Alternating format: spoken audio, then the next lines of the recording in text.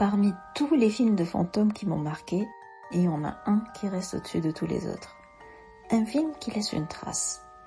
Un film qui ne te lâche pas vraiment, même longtemps après le générique. Je parle bien sûr du film The Changeling. Je le recommande souvent, presque instinctivement, surtout quand les journées raccourcissent, que les soirées deviennent plus silencieuses et que l'imagination commence à prendre un petit peu trop de place. Beaucoup considèrent encore aujourd'hui ce film comme l'un des plus grands films de maison hantée jamais réalisés.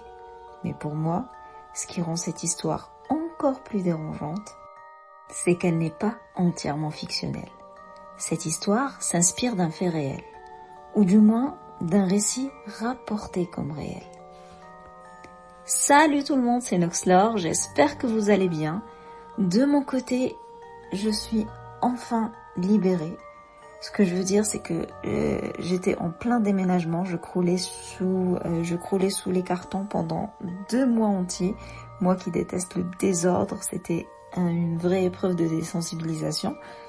Et là, actuellement, j'ai enfin déménagé, j'ai plus de cartons autour de moi, il me reste encore quelques petits trucs à régler, mais au moins, je suis dans l'ordre et je me retrouve un petit peu. Donc c'est pour ça que du coup j'ai pas publié pendant je pense 3 semaines là. Ce qui m'amène d'ailleurs à réitérer mon appel. S'il y a quelqu'un qui souhaiterait m'aider à monter mes vidéos, ce serait vraiment apprécié. D'ailleurs vous pouvez m'écrire par courriel, le courriel qui s'affiche ici. Si par hasard j'ai oublié de l'afficher, vous le trouverez toujours en description. Sinon vous pouvez toujours aussi me contacter sur Instagram Noxlore ou Facebook Gaïa. Et si vous voulez écouter ces histoires sans le blabla superflu, je suis aussi depuis peu sur Spotify, les chroniques de Noxlore. Il n'y a pas toutes mes vidéos, mais j'essaie de les poster au fur et à mesure, donc vous pouvez aussi m'encourager sur Spotify du coup. Vous le savez, sur cette chaîne, je vous raconte des histoires mystérieuses, creepy, incroyables, mais toujours vraies. Alors, si vous aimez ce genre de contenu, abonnez-vous, likez et partagez, parce que c'est vous qui faites vivre cette chaîne. Et ce soir, on va parler d'un fait qui vacille dangereusement entre légende et réalité. Tout va dépendre de la perspective avec laquelle on va observer l'histoire.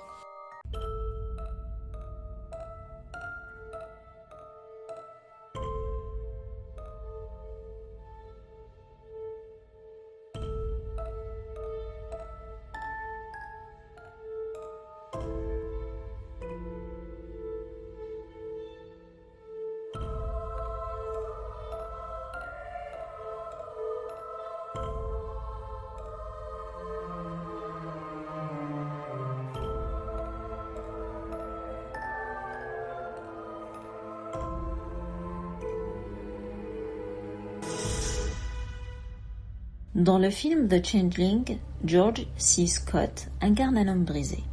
Un compositeur qui, lors d'un accident brutal, a tout perdu. Sa femme, son enfant, tout. C'était pour lui impossible à accepter. Et dès les premières minutes, on ressent ce vide, ce silence lourd, presque étouffant, celui d'une maison où il manque quelqu'un. Alors, George fuit, il change de ville. Il change de vie, ou du moins, c'est ce qu'il essayait de faire. Mais ce qu'il ne savait pas encore à ce moment-là, c'est que certaines maisons ne sont pas faites pour guérir. Certaines maisons attendent. Quand George arrive dans cette immense demeure ancienne, tout lui semble figé. L'air est lourd, le bois craque doucement, et très vite, quelque chose commence. Un petit détail, puis 2, puis beaucoup trop pour être ignoré. Si tu as vu ce film, tu te souviens probablement de cette sensation très particulière. Ce moment où tu comprends que quelque chose ne va pas avant même que ça arrive. Je parle bien sûr de la fameuse séance de spiritisme. Ce silence dans la pièce, les regards qui se croisent alors que personne n'ose vraiment parler. Et puis, cette balle rouge.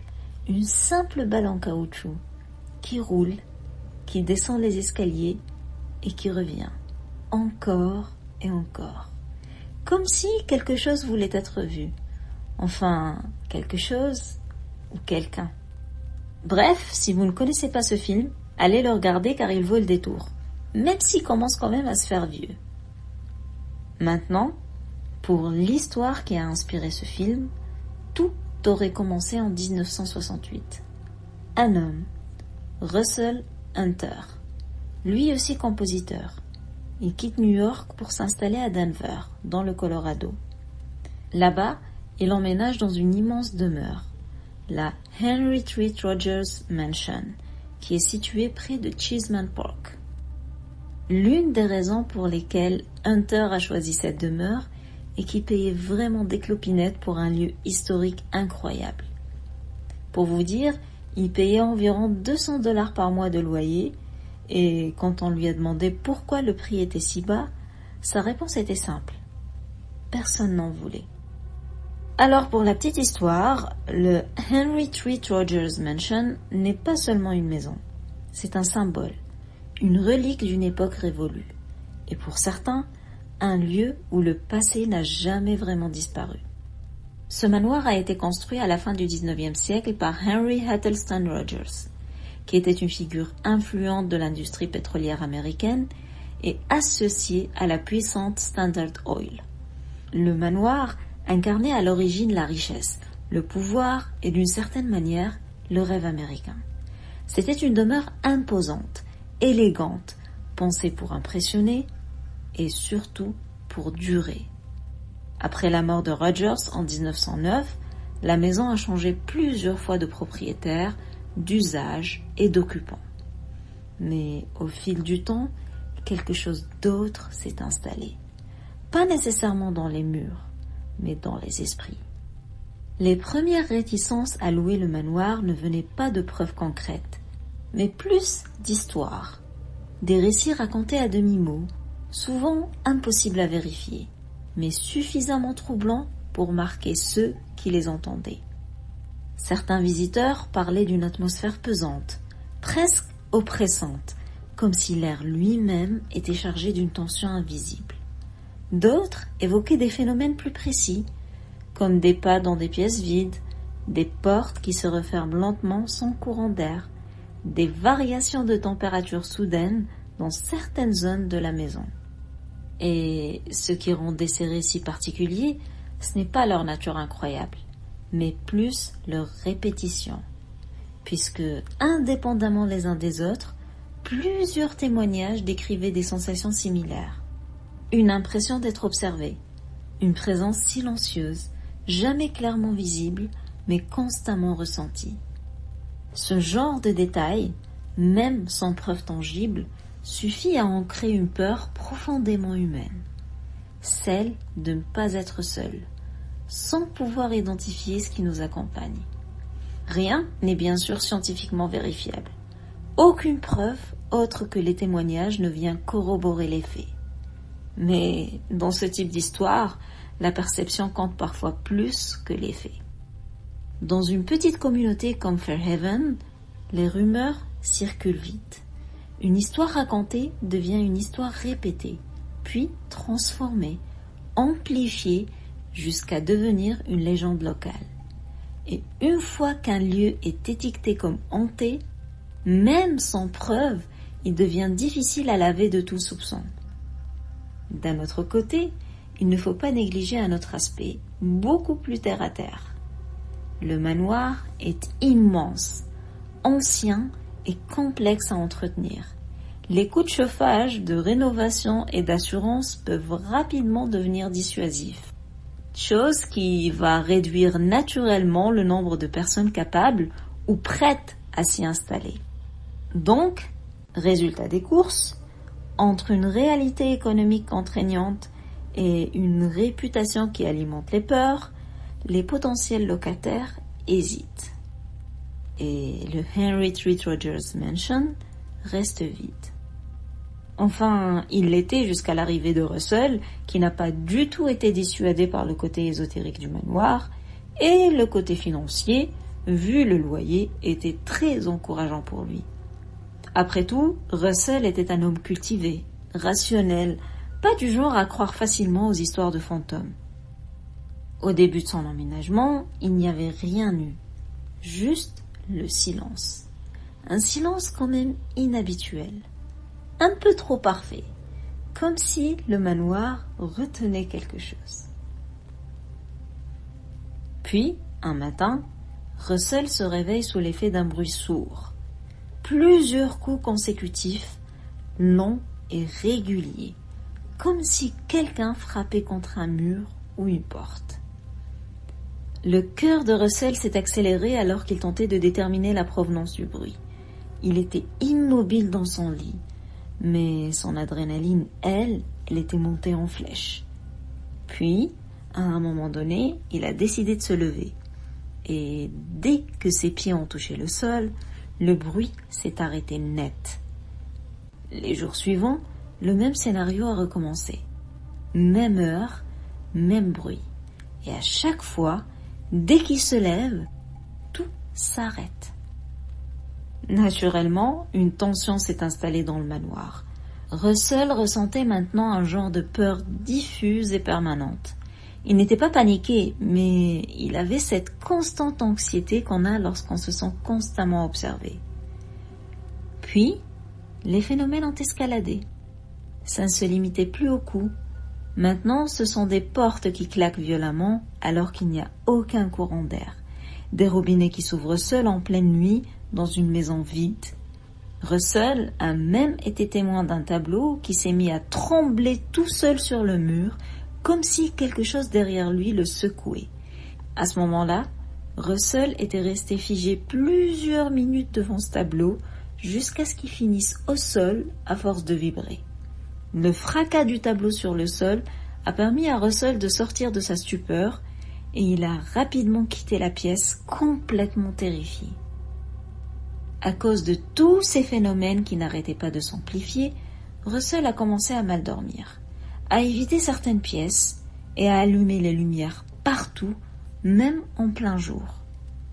Puis, un jour, par le plus pur des hasards, et alors qu'il était avec un ami, Russell a fait une découverte troublante. Le fond de l'un des placards à l'étage sonnait creux. Russell et son ami ont détruit la cloison du fond et ils ont été stupéfaits de trouver un passage derrière. Il y avait un escalier dissimulé. L'escalier était étroit, sombre, et l'air y était plus froid et plus dense. Russell et son ami se sont alors engouffrés dans ce passage. Chaque marche grinçait sous leur poids. Chaque pas s'engouffrait plus dans la noirceur. Tout en bas, au bout de ces escaliers, il y avait une petite pièce oubliée et totalement figée dans le temps. À l'intérieur, on y trouvait des objets d'enfants, des vêtements, des jouets et un journal intime. Ce journal était clairement vieux et usé. Russell a hésité à l'ouvrir, mais comme la majorité d'entre nous dans sa situation, sa curiosité a fini par prendre le dessus. Et en un sens, il a bien fait, car à mesure qu'il lisait, tout prenait enfin forme. Au fil des pages, il a découvert une vie, une histoire cachée, celle d'un enfant riche mais malheureusement maladif, seul et isolé. Après ça, Russell ne pouvait plus faire semblant d'ignorer ce qui se passait chez lui. Donc, il a décidé d'organiser des séances de spiritisme. Pas par curiosité, mais parce qu'il voulait comprendre et investiguer. Et ce qui est ressorti de ces séances était profondément dérangeant. L'enfant, propriétaire du journal, était mort très jeune. Et ses parents ne voulaient pas perdre d'héritage, alors ils l'ont secrètement enterré dans une tombe anonyme et l'ont abandonné. Puis, très vite, il a été remplacé par un autre enfant, adopté cette fois et utilisé. Et ce détail-là est loin d'être anodin, parce qu'il renvoie à quelque chose de beaucoup plus ancien, quelque chose qui a traversé les siècles et les cultures. Changeling. Un terme qu'on retrouve dans le folklore européen depuis des centaines d'années, notamment en Irlande, en Écosse, mais aussi en Scandinavie et dans certaines régions d'Allemagne. Les premières traces écrites de ces récits remontent au Moyen Âge, mais certains historiens pensent que ces croyances sont encore plus anciennes, probablement issues de traditions orales pré-chrétiennes. À cette époque, on racontait que certaines créatures, souvent appelées fées, esprits ou entités du petit peuple, enlevaient des enfants humains et qu'elles laissaient autre chose à la place, un changeling. En somme, une copie, un substitut, un être qui prend la place sans jamais être totalement identique à l'original. Ces enfants étaient décrits comme profondément différents, parfois faibles, malades, incapables de se développer normalement, d'autres fois étrangement lucides, presque adultes dans leur regard. Certains récits parlent d'enfants qui ne parlaient jamais, d'autres qui riaient sans raison ou qui observaient leur entourage avec une intensité dérangeante. Mais ce qui revenait toujours dans ces témoignages, c'était cette sensation, celle que quelque chose clochait, que l'enfant présent n'était pas le bon. Et dans un monde où la médecine ne permettait pas d'expliquer certaines maladies infantiles, ces histoires servaient souvent de réponse à l'inexplicable. Des troubles neurologiques, des retards de développement ou même des changements soudains de comportement.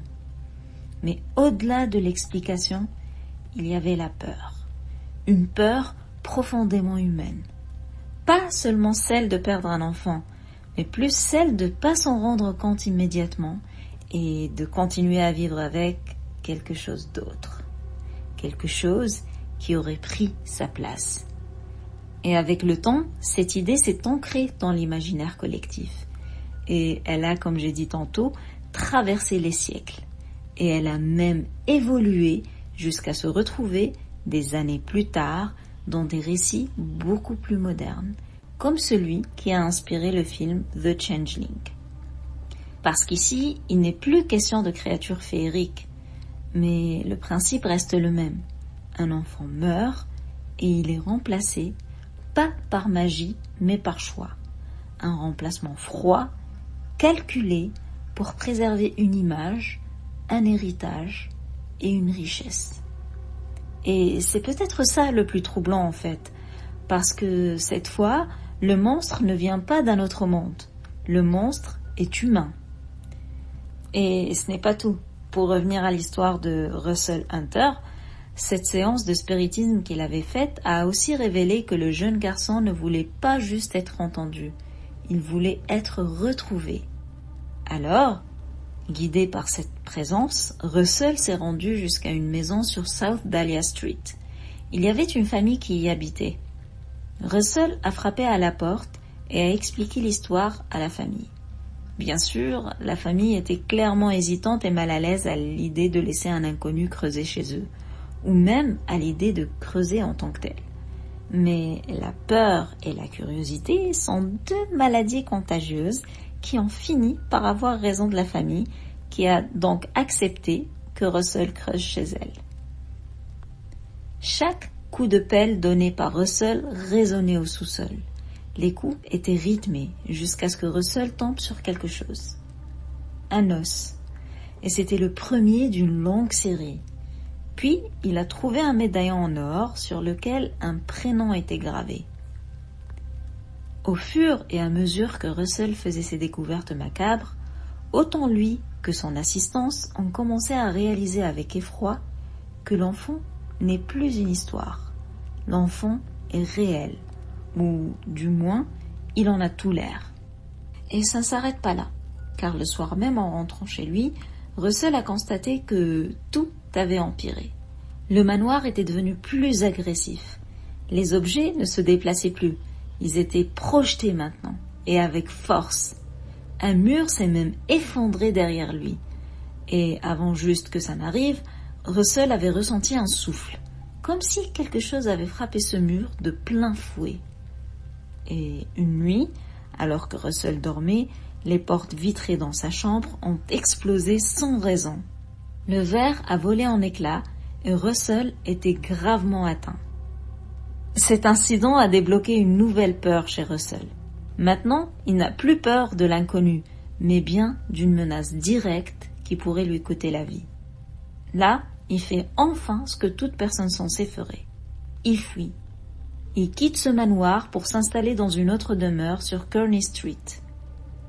Mais il était trop tard, car très vite, les sensations d'inconfort reviennent, et les bruits aussi, comme si la chose qui était dans le manoir s'était accrochée à lui. Ce n'était plus le manoir qui était hanté, c'était lui. À court d'idées et probablement terrifié, Russell fait appel à un ministre de l'église épiscopale de l'Épiphanie, et un rituel de purification est organisé. Cette fois, le silence revient enfin. Un silence vrai, tranquille et apaisant. Quand on regarde tout ça, et surtout quand on regarde le film, la ressemblance avec le film The Changeling est frappante. Mais je dois avouer qu'il faut quand même avoir un petit peu de recul par rapport à tout ce que je viens de vous raconter, car il y a des points essentiels qu'on ne peut pas ignorer. Oui, le nom de Russell Hunter apparaît dans plusieurs récits, et oui, il a bien vécu à Denver à l'époque mentionnée. Mais dès que j'ai commencé à chercher à confirmer les détails précis de cette histoire, tout était devenu flou. Je n'ai trouvé aucune archive officielle qui permet d'affirmer que Russell a réellement habité le Henry Treat Rogers Mansion. Pas de registre de propriété, pas de documents administratifs, ni aucune preuve tangible. Et ce n'est pas tout. L'un des éléments centraux du récit, a.k.a. El Famoso enfant, il ne laisse lui aussi absolument aucune trace. Aucun acte de naissance, aucun certificat de décès, rien dans les archives locales consultables. Dans une époque pourtant où ces événements étaient généralement consignés, cette absence totale de traces me paraît un petit peu bizarre. Mais je vous l'accorde, pour ce point en particulier, on pourrait se dire que ses parents auraient pu effacer toute trace de lui, puisqu'ils ne voulaient pas qu'on sache qu'il a pu exister. Donc je donne le bénéfice du doute sur ce point. Mais il y a un autre détail très dérangeant que je ne vous ai pas dit. En fait, selon les données historiques disponibles, le manoir lui-même aurait été construit après la période où l'histoire est censée se dérouler. Autrement dit, au moment où ces événements auraient techniquement eu lieu, le manoir n'existait pas encore. Et ce simple fait remet en question toute la chronologie du récit. Alors, est-ce que tout est faux ? Pas forcément, car malgré ces incohérences, certains éléments tendent à concorder fortement. Par exemple, la famille associée au manoir, celle des Henry Treat Rogers, possédait réellement des terrains dans cette zone de Denver. Et selon certaines versions de l'histoire, c'est précisément sur ces terres qu'aurait été située la tombe de l'enfant. Ce lien entre la légende et une réalité foncière documentée est quand même difficile à ignorer. Et il y a un autre élément, bien réel aussi, le Cheeseman Park, qui est aujourd'hui un parc paisible, un endroit où les gens viennent marcher, pique-niquer et profiter du calme. Eh bien, avant ça, c'était l'un des plus grands cimetières de la ville, le Mount Prospect Cemetery. À la fin du XIXe siècle, la ville a décidé de transformer cet espace. Les corps ont donc été exhumés et déplacés. Enfin, en théorie, car dans les faits, le processus a été un petit peu bâclé. Des cercueils ont été ouverts, des restes ont été laissés derrière, et certains corps n'ont jamais été récupérés. Encore aujourd'hui, lors de travaux ou de rénovations dans le secteur, des restes humains sont parfois découverts accidentellement. Ce qui signifie que sous ce parc, et sous certaines maisons aux alentours, il reste encore des fragments du passé, enterrés et oubliés. Et c'est là que la frontière devient floue. Parce que même si l'histoire de Russell Hunter ne peut pas être confirmée de manière formelle, elle s'inscrit dans un décor qui, lui, est parfaitement réel. Un lieu chargé d'histoire et un sol qui a littéralement contenu des milliers de morts. Et parfois, c'est ce mélange entre faits avérés et zones d'ombre qui rend une histoire encore plus fascinante.